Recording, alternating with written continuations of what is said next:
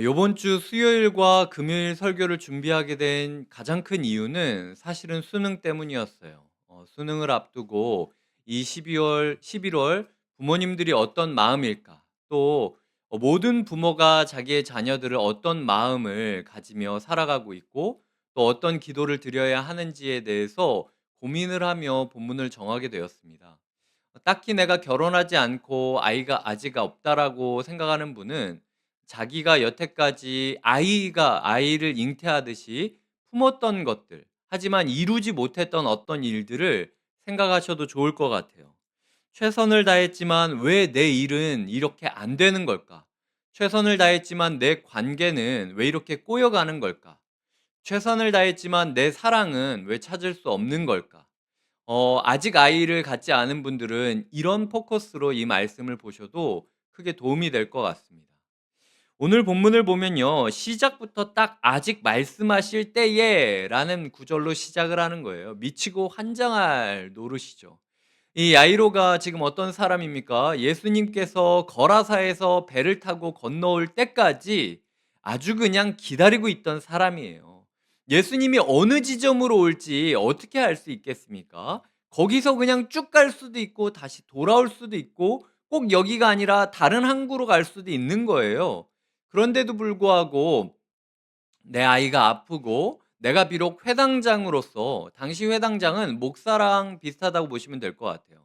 이 랍비들이 많이 부족하다 보니까 각 마을마다 몇 명 이상의 성인이 되면은 회당을 만들었습니다. 그래서 평신도 지도자 몇 명을 모아서 그날 이제 읽어야 될 말씀 두루마기 본문도 정하고, 그리고 누가 읽어야 될지 순서자도 정하고, 그 읽은 사람이 그걸 해설할 때 도와주는 역할을 했던 게 회당장이었어요. 그러니까 이 야이로라는 사람은 그 당시 그 지역에서 예배를 주관하던 평신도 지도자다라고 보시면 될 것 같아요.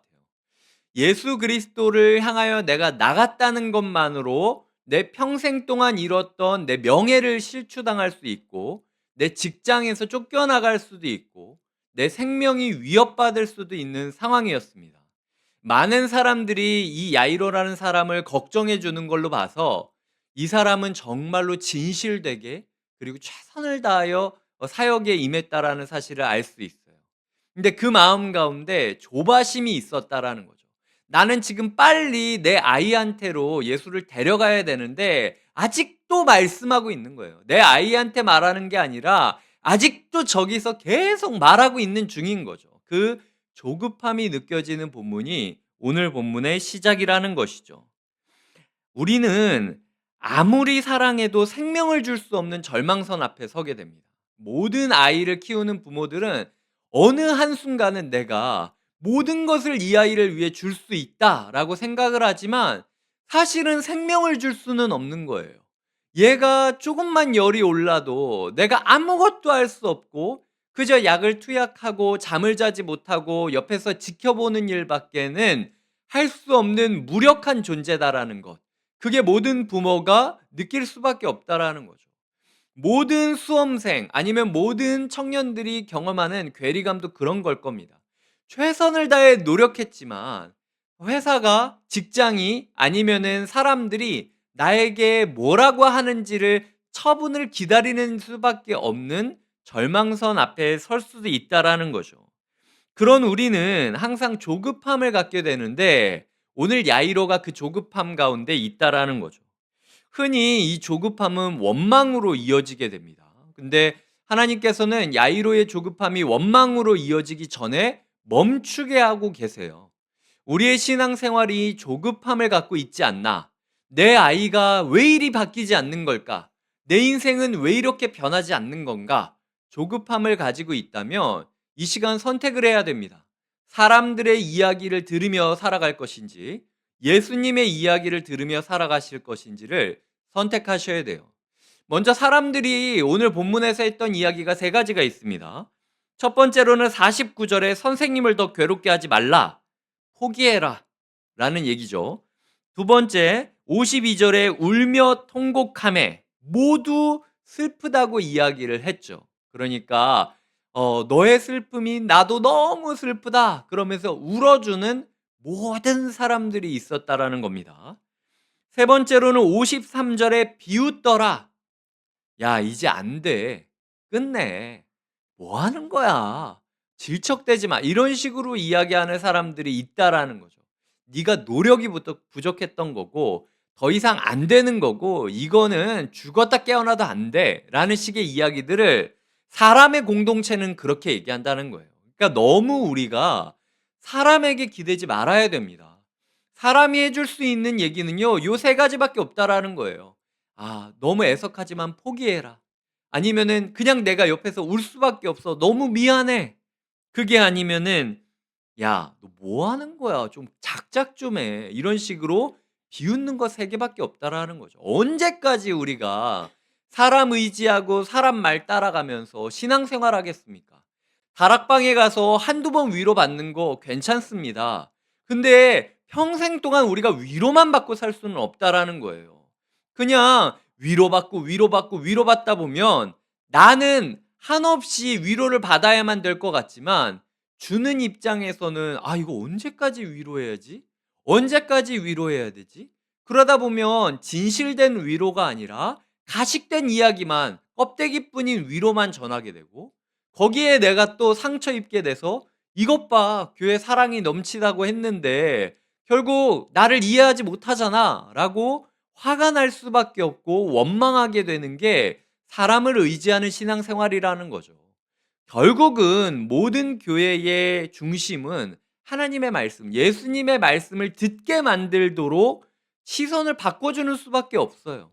내가 이제 좀 괜찮아. 마음을 내려놔. 그리고 내가 너를 위로할게. 그리고 이제는 조금 홀가분해졌으면 좋겠다 얘기할 수 있겠지만 사실은 우리의 포커스를 주님께 돌려주는 것만으로 우리가 할 수 있는 최선이라는 것을 기억해야 된다라는 거죠. 오늘 주님께서 이야기하시는 모습, 행동하시는 모습을 제가 네 가지로 좀 이야기를 드리려고 합니다. 첫 번째로 주님께서는 괴롭게 해도 괜찮다라고 이야기하고 계세요. 날 더 원망해라. 내가 원망할 자리가 돼주겠다라고 이야기를 하고 있습니다.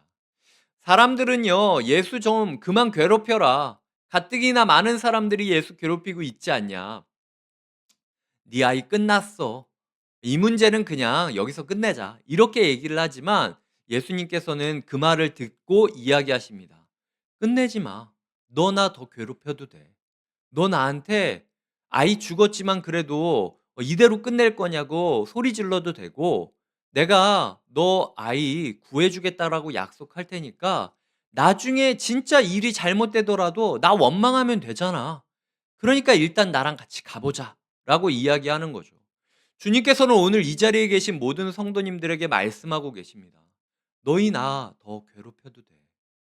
이 문제 해결 안 됐다고 포기하지 말고 더 울부짖으면서 하나님 나 사랑한다면서 왜 이 문제 그대로 두냐고, 왜 이거 그대로 썩혀둘 거냐고, 언제까지 그럴 거냐고, 나 원망해도 되고 나 괴롭혀도 되고 나 할 일 많다고 포기하지 말고 내 바짓가랑이 잡고 계속 울부짖어도 돼. 일단 내 옆에서 지켜보고 함께 가보자라고 이야기를 하는 거죠. 두려워 말고 믿기만 해라. 그러면 구원을 주겠다. 야이로는 그냥 60만 회복되기를 구했는데요. 예수님께서는 더 큰 구원을 주시겠다라고 약속하십니다. 그리고 두려워 말고 믿기만 하라고 하는데요. 지금 야이로가 이 얘기를 들었을 때, 아, 주님, 제가 진짜 두려워하지 않고 믿기만 하겠습니다. 아멘, 아멘. 동네 사람들 다 보십시오. 이제 예수님이 우리 아이를 낫게 해주신답니다. 이렇게 확신하며 갔습니까? 다른 본문에서 예전에 우리가 있었던 이방 그 장관이 있죠. 그 장군은 주님께서 그냥 이 자리에서 말씀만 하시면 내 종이 나을 걸 내가 믿습니다라는 고백했어요. 근데 이 야이로는 평생 동안 말씀을 전심으로 배우고 가르치는 사람이었음에도 불구하고 그 정도까지 믿음도 없는 거예요. 예수님이 그냥 가니까 아무 말 못하고 예수님 뒤를 천천히 침묵 가운데 걸어가면서 도대체 진짜 아이가 죽은 건가? 혹시라도 지금 내가 뭘 잘못 알고 있는 것 아닌가? 예수님이 저렇게까지 얘기하는데 뭐가 있는 거 아닌가? 두려워하지 말고 믿기만 하는 게 아니라 그저 그냥 아무 말 하지 못하고 뚜벅뚜벅 걸어가는 그런 침묵의 걸음을 이어가고 있다라는 거죠. 예수님이 말씀하시고 예수님이 치유하실 때까지 야이로가 한마디도 못합니다. 야이로는 그 말을 할 자신이 없었던 거예요. 주님, 그렇습니다. 제가 두려워하지 않고 믿고 있습니다. 이 말을 고백할 자신이 없는 채로 예수님을 따르고 있다라는 거죠. 그런데 그럼에도 불구하고 예수님께서는 지금 그 딸을 회복시켜 주고 계시다라는 거죠. 더 원망해도 좋고 더 괴롭혀줘도 좋다라는 것. 이게 주님께서 주셨던 첫 번째 말씀이고요. 두 번째로 주셨던 말씀은 침묵 속에서 그렇게 한 걸음 한 걸음 이어갈 때 아이와 제자 일부와, 제자 전부도 아니고 제자 일부와 예수님 말고는 들어갈 수 없는 공간을 허락하십니다. 그러니까 딱 이 공간 세팅이 됐을 때 부모가 느낄 수 있는 마음은, 아, 예수님이 내 딸을, 내 진짜 귀한 딸을 쇼의 재료로 삼지 않고 있구나. 그 당시 진짜로 예수님이 아이가 죽은 것을 일으킨다면, 만약 이게 마술이라면 어떻게 하겠어요? 예수님이 마술사라면 다 울고 있는 사람들 다 방으로 들어와서 한 번씩 만져봐라. 진짜 죽었는지 살았는지. 자, 지금부터 내가 보자기를 이렇게 씌웠다가 딱 하면 일어날 거야. 자, 니네 다 만져봤지? 자, 하나, 둘, 셋! 하면서 일으키는 게 우리가 생각하는 마술사의 그 흐름이죠. 근데 예수님께서는 그렇게 많은 사람들이 예수님을 비웃고 조롱하고 옆에서 비아냥거렸는데도 분노하시면서 내 딸을 그 재료, 그 쇼의 재료로 삼지 않고 오직 인격적으로 그 가족과만 함께 할 수 있는 공간을 세팅하고 있는 거예요. 여기서부터 야이로가 깨달았던 것은, 아, 예수님은 참 인격적이시구나 라는 사실을 깨닫게 되는 거죠. 그런데 그 예수님께서 지금 딸의 손을 잡아주고 계십니다. 이 본문을 가리켜서 이 톰 라이트라는 목사님은 오염을 자초하시는 주님이라고 해요. 당시 유대 사회 가운데서 오염된 존재가 무엇이냐? 두 가지죠. 피 흐르는 존재와 시체. 근데 예수님께서는 피 흐르는 존재도 만지시고 시체도 만지시고 계시는 거예요. 그러니까 이 말을 제 말로 표현하자면, 너의 아이의 문제를 치유하기 위해서 내 손 더럽히는 걸 주저하지 않겠다라는 거죠. 너의 아이 문제를 해결하기 위해 내가 손 더럽힐게. 그러니까 그냥 나한테 맡겨. 내가 아무리 아수라장 같은 데라도, 아무리 진흙탕 같은 데라도 내가 그거 헤집어내면서 네 아이 내가 끄집어 줄게. 네 문제 내가 해결해 줄게. 라고 주님께서 말씀하고 있다라는 거예요. 그게 주님께서 주셨던 두 번째 메시지라는 것이죠. 그 아이의 손을 붙잡고 일어나게 했을 때 야이로가 어떤 말을 듣습니까? 달리다굼. 마가복음 5장 41절을 제가 띄워드릴 테니까 한번 읽어주셨으면 좋겠습니다. 시작.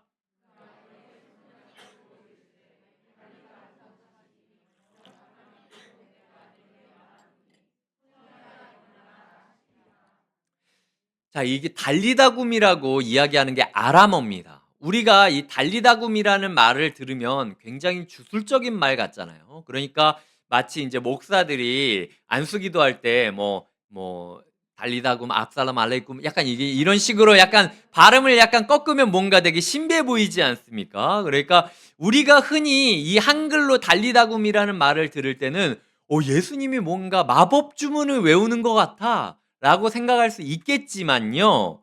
이 달리다굼이라는 말은 당시 로마의 지배를 받고 있던 유대 사람들이 사용하던 일상 언어였어요.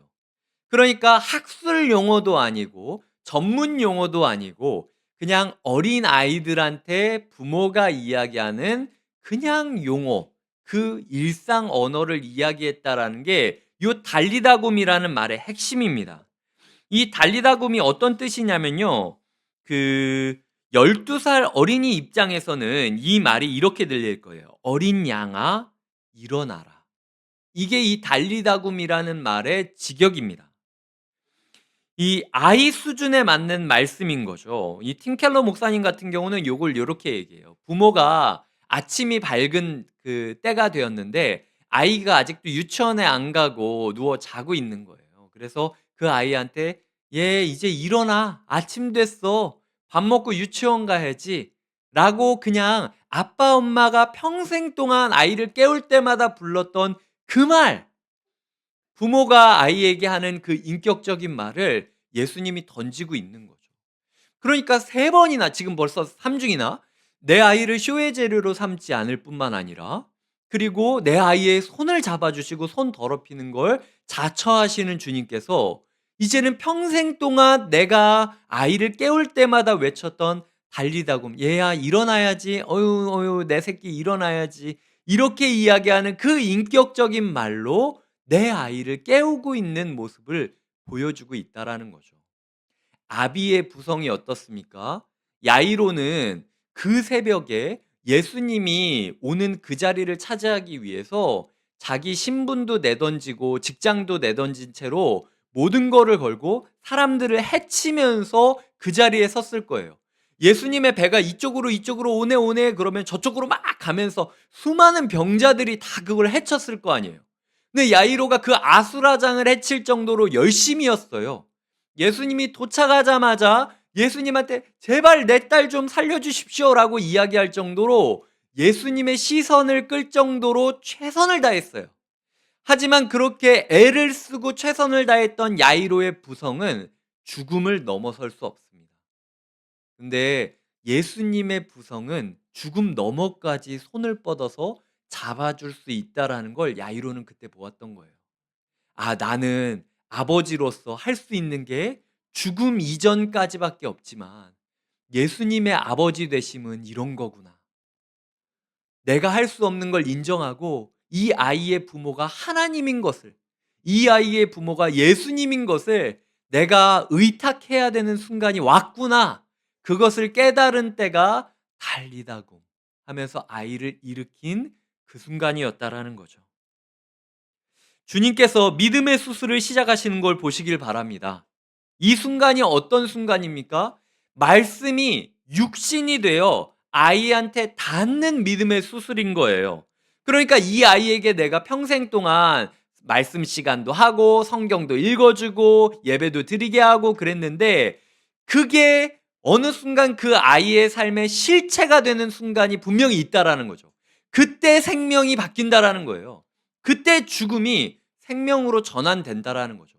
이거는 인간이 할 수 없는 에어리어라는 겁니다. 하나님만 할 수 있기 때문에 주님께서 그 영역을 지금 보여주실 수 있도록 간절히 구하는 게 우리가 할 수 있는 전부라는 거죠. 그저 강력하기만 할 뿐만 아니라 인격적으로 사랑이 충만한 말씀이 우리 아이들 가운데, 그리고 내 풀리지 않는 문제 가운데 임하시기를 주님의 이름으로 기도하시기를 부탁드립니다. 우리가 줄 수 없는 사랑을 예수님께서 지금 주고 계시다라는 것. 자기는 우리 죽음을 해결하기 위하여 뻔히 죽을 걸 알면서도 불구하고 아무런 주장하지 않고 아무런 권리를 요청하지 않고 그저 늘 그랬던 것처럼 내 아이를 깨워주고 있는 아버지를 아이가 만날 수 있기를 기도하셔야 된다라는 거예요. 그래서 어쩌면 모든 부모가 바라는 그 지점은 이 지점일 겁니다. 솔직히 내가 아빠 엄마한테 자녀로 있으면서 이런 일도 있었고 저런 일도 있었고 이런 아쉬움도 있었고 저런 부족함도 있었지만 그래도 지금은 다 괜찮아요. 왜냐하면 예수님을 만나고 보니까 그 모든 부족함도 다 예수님을 만나기 위한 과정이었다라는 걸 내가 이제 알겠거든요. 라고 그 고백하는 그 고백의 순간을 모든 부모님들이 꿈꿔야 된다라는 거예요. 더 이상 내가 줄 수 없는 것에 좌절하지 마십시오. 그리고 주지 못한 것에 죄책감 느끼시지도 마세요. 그럴 수밖에 없는 게 인생입니다. 그냥 우리가 구할 것은 오직 주님의 손길과 주님의 말씀뿐이라는 거죠. 말씀을 맺겠습니다. 이제 네 번째입니다. 주님께서 먹을 것을 주라라고 명하고 계세요. 언제까지 기적만 바라며 계속 아이를 살렸다 죽였다 하겠습니까? 아이가 예를 들어서 12살 된 아이가 살아났어요. 근데 부모가 계속 예수님이 기도해서 세워준 아이인데도 불구하고 부모가 집에서 말로 찌르고 눈빛으로 짓누르고 그런다면 이 아이가 살 수 있겠습니까? 이제는 이 아이를 부활해서 새로 얻은 선물로 여기고 살아가야 될 때라는 거예요. 더 이상 아이를 바라보면서 칼로 찌르거나 눈으로 짓누르지 말아야 된다라는 겁니다.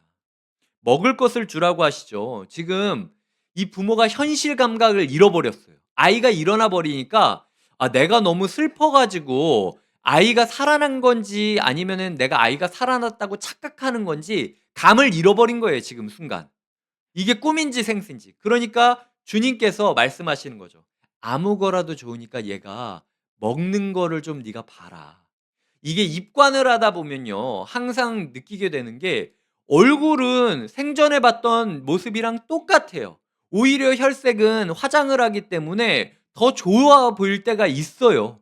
표정도 병상에서 오래 누웠던 분들이 막 괴로워하고 이런 표정에서 더 평화로운 표정으로 있습니다. 근데 그 입에는 음식이 들어갈 수 없어요. 결국은 같이 먹는 거를 봐야만 생명을 느낄 수 있다는 거죠. 근데 이 부모가 지금 뭘 먹이겠습니까? 밖에는 온갖 사람들이 다 진치고 엉엉 울고 있고 그 밖에 나가 가지고 뭐 음식을 가져오기에는 너무 많은 사람들이 있으니까 그거를 할 수도 없고 그냥 제가 그 부모, 제가 지금 그 상황에 있었다면 어떻게든 아이를 낫게 하기 위해 먹이려고 했던 스프, 다 식어버린 스프, 다 식어서 말라 비틀어져 버린 죽, 그리고 딱딱하게 굳어버린 빵. 그거밖에 못 먹였다라는 거예요. 하지만 그 부모의 평생에 그 아이가 그걸 먹는 그 순간이 평생 기억나지 않았겠습니까? 예수님과 나와 아이. 그리고 딱딱하고 말라 비틀어진 죽과 숲이라 할지라도 다시 살아났다는 것만으로 최고의 감격을 주었던 그 식탁. 그날의 그 감격을 유지하며 살아갈 책임이 그 가족에게는 주어졌다라는 거죠. 12살 된 소녀가 몇 살에 죽었겠습니까? 언젠간 죽었겠죠. 하지만 죽을 때까지 이 감격을 유지하며 살아가야 된다고 주님께서는 말씀하고 있다라는 거죠. 이제 여전히 죽음을 기다리고 있는 부모와 죽음을 기다리는 아이였지만 이전과는 다른 삶이 펼쳐졌습니다. 한 번 생명을 맛본 사람은요, 다시 죽음이 있다 할지라도 두려워하지 않을 수 있어요. 이제부터는 진짜 두려워하지 않고 믿기만 할 수 있는 겁니다. 하나님께서 우리 부모님들 그리고 우리 성도님들 가운데 두려워하지 않고 믿을 수 있는 능력을 주시길 주님의 이름으로 축복드립니다. 그리고 모든 문제를 치유해 주실 때까지 침묵으로 그저 그냥 쫄랑쫄랑 주님을 따라가시는 순례의 길 되시길 주님의 이름으로 응원드립니다. 함께 기도하시겠습니다. 하나님 아버지, 우리가 모든 문제의 절망선 앞에 섰을 때 우리가 사람의 말을 듣고 사람을 따를 것인지 예수 그리스도의 말을 듣고 인격적인 예수 그리스도를 따를 것인지 결정하게 하여 주시옵소서. 하나님, 감정적인 위로를 넘어 기적을 선사해 주시는 주님, 주님 앞에 그 인격성 앞에 주님 우리가 모든 것을 내려놓고 주님의 시계에 우리의 시간을 맞추게 하여 주시옵소서. 감사하고 예수님의 이름으로 기도드립니다. 아멘.